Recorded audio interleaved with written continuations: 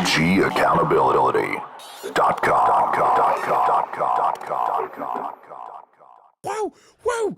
They're all excited about it, and then he gets done, and his band is great, but bro, it's him and his wife. It's like they just sing the songs, and the band is like accessory to it, you know, and no offense because they're amazing players, but like Monkeys could have done that job, you know, Yeah. and like Jason Isbell never got the room back. It was like I would never, in my wildest, I don't care if I'm Elton John, Chris Stapleton's not opening for me. Heck no, no. Yeah. The first time I saw them sing Amanda live, Oh yeah, yeah, Lee, I'm just like, where do you find that range? yeah. And she has such a smooth.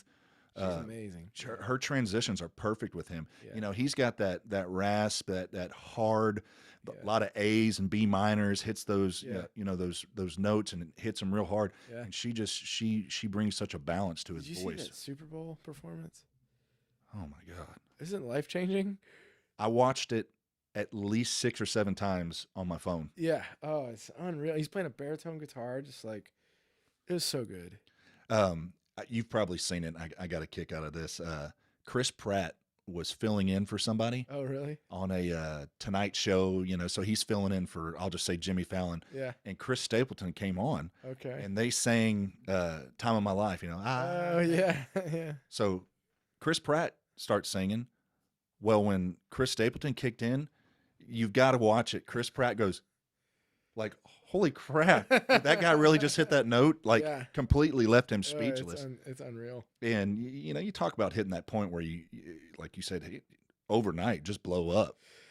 Yeah. So here's my thing on that. It's interesting to watch because I feel like when success happens to people in a vulnerable age, you see it with child actors or whatever, but like even like in your 20s, like some, I won't name them, but like some singer songwriter that gets Ed Sheeran fame or something loses their freaking mind. It's like they're out politically ranting on Twitter and just causing trouble and all this stuff. And then Stapleton is just like, he's a man. He's a grown man. Yeah. And it happened. And it's like there's nothing else to prove. You know, it's interesting to watch. It's like, I don't know. I just see him like, you can't break that dude. Yeah. Like, I mean, he's human, but he's not out being a jerk. Whenever you can take Tennessee Whiskey Yeah. and say, I'm going to rearrange that song and release it from the GOAT, you know, Yeah. one of the goats. Jones. Yeah. I mean, you know, what was he called? The Possum or whatever. Yeah. But I mean, he's probably one of the greatest of all time, just Yeah. storytellers. And you're going to take his song and then you own it. Yeah. Like you completely rebranded that song. Yeah. He did a good job. Did an amazing job. And I can't hear it anymore because I've only heard it like Oh yeah, 40,000 times. Try living in Nashville. Walk 2 feet and you're gonna hear it about 4 times. Yeah. It matter of fact, I was going to play it for you here in a second. And he started off just writing music. Yeah. And I think from his story, that's kind of all he really wanted to do. Yeah, I've heard bits and pieces of how that happened, but you know the story that I kind of got the gist of was that he was a pizza delivery driver and like part time, and then writing songs, and he had over like he had a couple different projects going on. He had this band called the Steel Drivers that was a great bluegrass band, and if you look out their catalog, like his songs that he's written on that era, he's still cutting songs from those records, like the second one to know, was it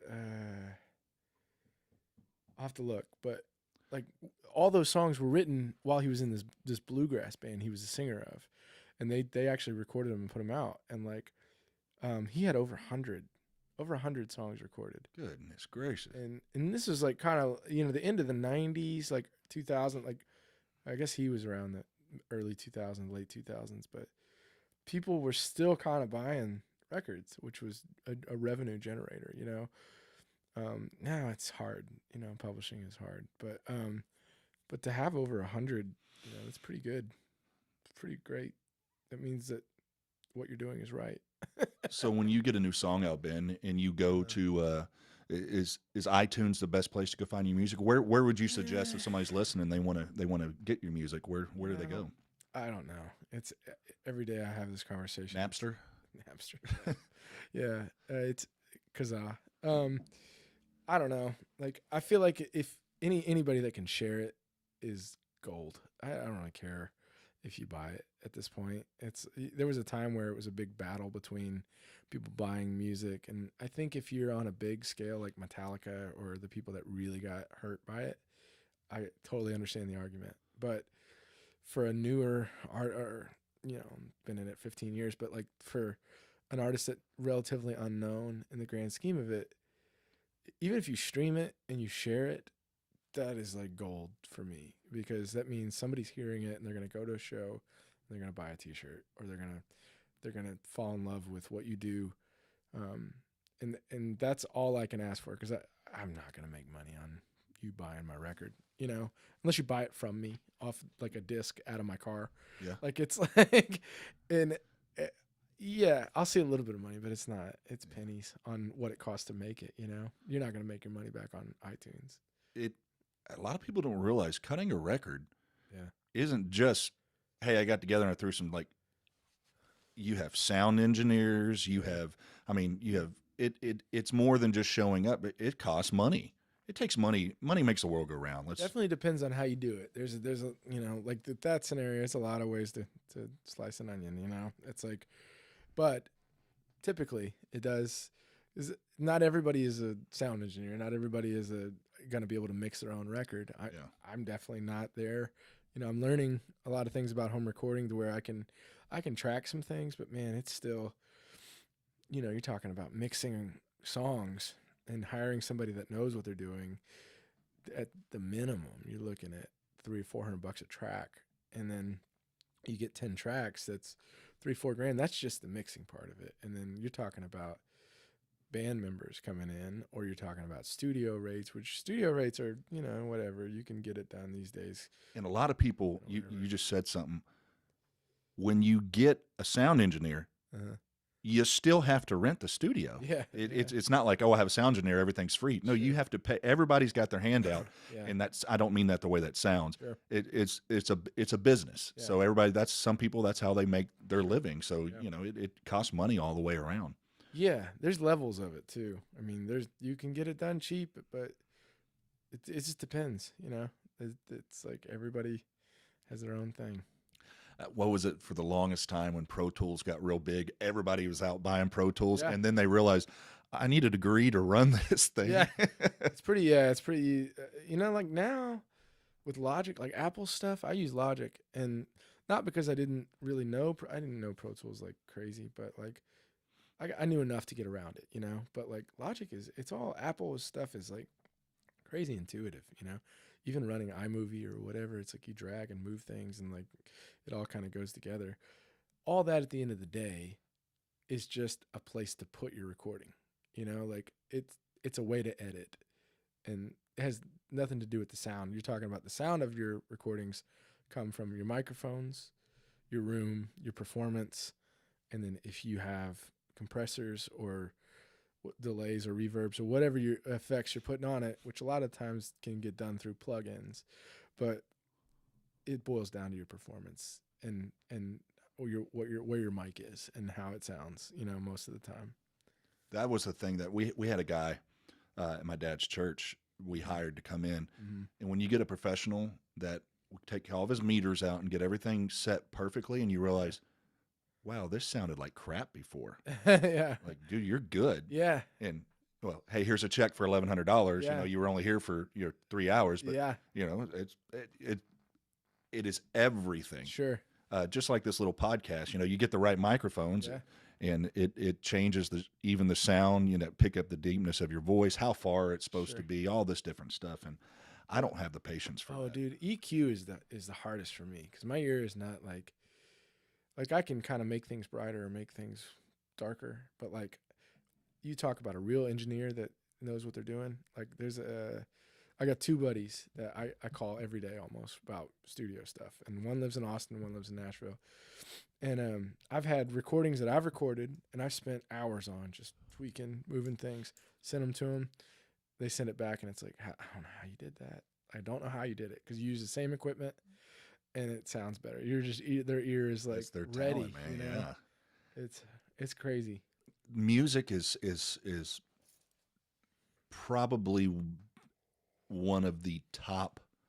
I don't want to use the word healing, but soothing things in my life. Yeah.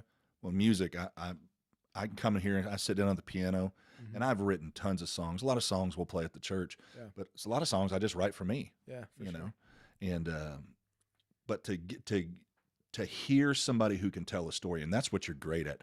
You are great at telling a story. Thanks.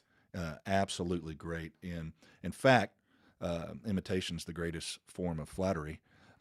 We're actually going to steal one of your songs, Oh, nice. and one of the favorite songs you do is "My Father's Blood." Yeah. My dad's 35 years of being a pastor is coming up, Wow. and we want to play that song for him. That's awesome. Which I mess up. Do you play that in D? I think I capoed on the first fret. Okay. but I play a D shape. Yeah. Like a D, G, D, and then what do you A after that? Yep. Okay. Yeah, it's pretty simple. I use it. I do it in drop D. And Drop D. so Okay. they're kind of, but yeah, I think I capoed on the first fret. I was curious. We were sitting down Actually, you know figuring what? out. The recording might be in D.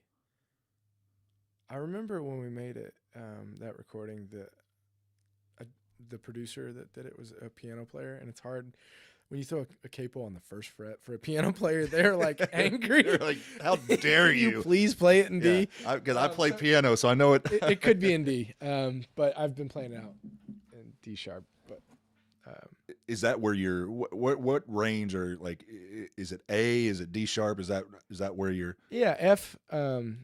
Like who knows? It's different every time, but like usually I found that like in the F range is kind of good for me. There's a song I have on one of my records called Fred and Jonelle. I love Fred and Jonelle. Thanks. Yeah. The back of a barn. Yeah, and that's in E, but I play it in E, but it's capoed on the first fret, so it's an F. And like, I found myself that's kind of the sweet spot for me is in that range. Sometimes G is like a little high on some things, and depends on what kind of octave or range you're going for. But I sing a lot of stuff in A. yeah, So when I play with people, they're like, pretty up there. "How the heck do you sing?" I'm like, "That's just where my range is at." Man, you know who's got a high voice that you don't expect it is Wade Bowen. Yes, he does. I did so Sean McConnell was doing a gospel record for him. He was producing it. Did he do all Kirk Franklin stuff? No, Sean's an amazing singer-songwriter. Lives in Nolensville, Okay. Texas, Tennessee. Thinking of somebody else. But Sean is a great writer, and he's written a lot of the songs that Wade and Randy have recorded. But he was doing a gospel record for Wade, and Wade's dad had to have an open heart surgery the day they scheduled the thing, and so they needed somebody to come in to the studio and be the dummy singer for the band to just sing with the band, and they track it, and they were gonna Sing this high. they're gonna mute me, Yeah. and then let Wade come in and sing it, and so. Oh, okay. They just needed it for the They needed- cadence and the timing. Yeah, and Sean could have done it, but he wanted outside bird's eye view of the session to make critiques. And so I get in there, and you realize really quick how good these guys are that are in these sessions in Nashville. Because one, I'm like stretching, like we're singing all these gospel standards, and I'm like, oh, holy cross, like it's like the old wooden cross. Like I can't like get there, and at one point I was apologizing through the first verse, like thought the band had stopped. They just all turned me off and played to the chart. And like that was the take they kept. And I was like, I guess I should just chill because like it doesn't matter. I'm a mime. Yeah, I'm a mime. Yeah. Oh my God. It just left my head. You said somebody's name a second ago. Sean. Yes. Yeah. He produced my last record. Okay. Yeah. Okay. Maybe that's where The songs that I'm putting out now, the singles that we've done, have all kind of been at his house. By the way, if anybody's listening, you go listen to Fred and Jonelle. Oh yeah. An awesome song. Ben, I'm not just saying this, okay? Thank you. I'm really not. And you've known me. I've always been a straight shooter. Uh-huh. Probably almost all your songs I can sing along with. Silver Screen is one of my absolute. Jesus Can See You. Love that thanks. one. I mean, I can go down the line. Funny thing about Jesus Can See You is somebody's perception of that before they hear it. Because like Holly, works in medicine, and sometimes she'll tell people my husband's a songwriter, and they look me up, and the first 3 songs on my Spotify are like that's one of the top played songs, and so people automatically go, "Oh, he's a Christian singer." I'm like, no, no, Go listen. You should listen. Go listen. Well, you've done a great job of owning that niche, Oh, owning thank that you. Yeah. area, and I'm really looking forward tonight. Can't wait to Thanks. come see you, and I'll have my Bic lighter out. Yeah. Do people even do that anymore? It's cell phones It's cell now. phones Yeah. now. Yeah, I've seen videos of stadiums that are lit up with these people putting their cell phone lights up. We went to the rodeo and saw the national young girls singer songwriter, which is Parker McCollum. Oh yeah. I've never seen so many heartthrob, right? 14-year-olds in my life. But I'm sitting there, and my daughter and her friend, they're having a great time. I'm like, whatever, Yeah. I'm chill. And we had great seats. Uh-huh. Not that there's any good seat at the rodeo. I'm like, Sure. what's that ant out there doing? Yeah. He's singing. Yeah. But these girls came up, and we had seats in front of us. Ben, for 10 minutes, it was this. Oh, the selfies. Yeah. And I'm just going, and I didn't realize people were watching me because I'm sitting down. And Yeah. I'm just like, for the love of God. But what got me was I'm sitting there. Next thing I know, I'm like, man, it's kind of bright. They all had their cell phones out, Oh yeah. and I'm like, oh, it's That's cell phones now. That's what you do. Yep. So once you get into a mindset, do you, when it comes to your writing, do you come up with the thought process for an album, or is it more I come up with the music and then I choose what I'm going to bring to the album? I think it's hard unless you have a good starting point for a record. Like if you already got a couple songs that feel like a theme, I think that's a danger zone to go, I'm going to go write this concept record that's going to be this. It's some people can do it. Like, and lately, I've gotten a couple writing groups that they'll send out a prompt, and like you have to write a song by the end of the week on the prompt and then turn it in. And that is good because I can find ways to come up with my own personal story off of one word or something. But to answer your question, no, I'm lucky to have whatever songs I have, and then I look at them and go, these go together. This says a story or whatever. And these days now, it seems like the whole album concept is getting lost because you're releasing songs at a time, and like the whole like open the album booklet and seeing who's on it, and then going through the whole journey with that record is sadly going away. So who knows? Like style wise, yeah, for sure. Like what instruments go on it, like how we approach the recording. But content-wise, it usually is what the snapshot of my life is at that period in time. So are you words first or music first? It's different every time. Like people ask that question a lot, and I feel like, there's arguments on what's more important through the Bob Dylans and the Elton Johns of the world. But like, I feel like sometimes it's a guitar riff that I follow a lyric on. Sometimes it's a poem that I make a guitar part up to. It just is. Every time is different. I try to not make everything sound the same. That's like my number one goal is like when you start out, you're like, this sounds a lot like Everclear's first album? no, 4, 6 songs I've already written. It's like, it's so hard to stay out of your own.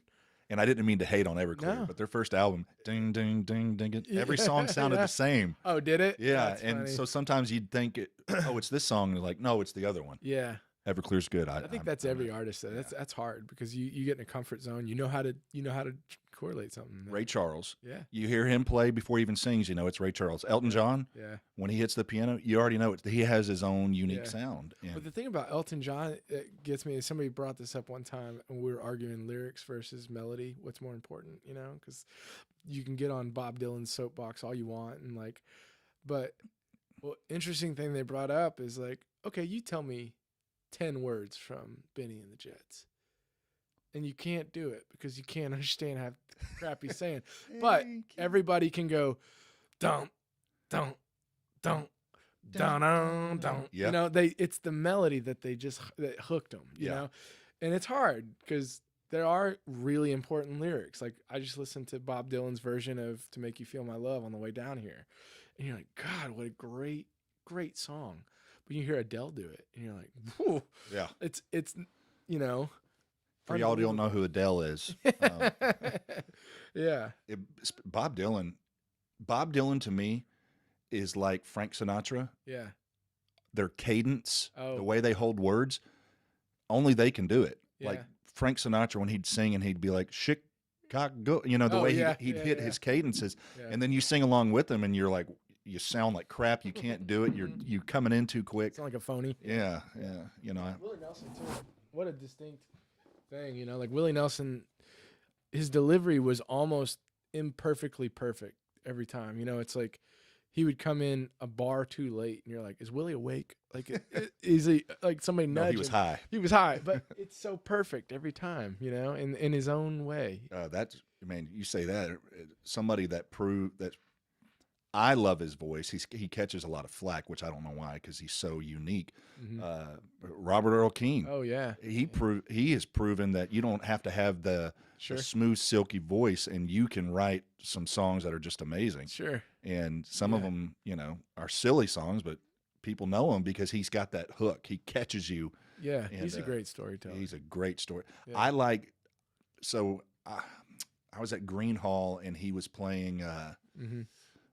What's the Skinny Cow Stuck in the Mud, the front porch song? Oh yeah, And he stopped in the middle of playing, and he actually told like a 15-minute story and went in depth. And yeah, he's one of those storytellers that you feel like you're there when he's talking. yeah, And that's what I love about your music. You tell a story. You've taken things that happen in your life, and you've put them to a melody in a delivery in a way that, you know, at times is emotional. Mhm. I can't tell you how many tears I've shed over that mountain. Oh, thank you. I love that song and the harmonies, man. That song, I harmonize with you all the time whenever I listen to it.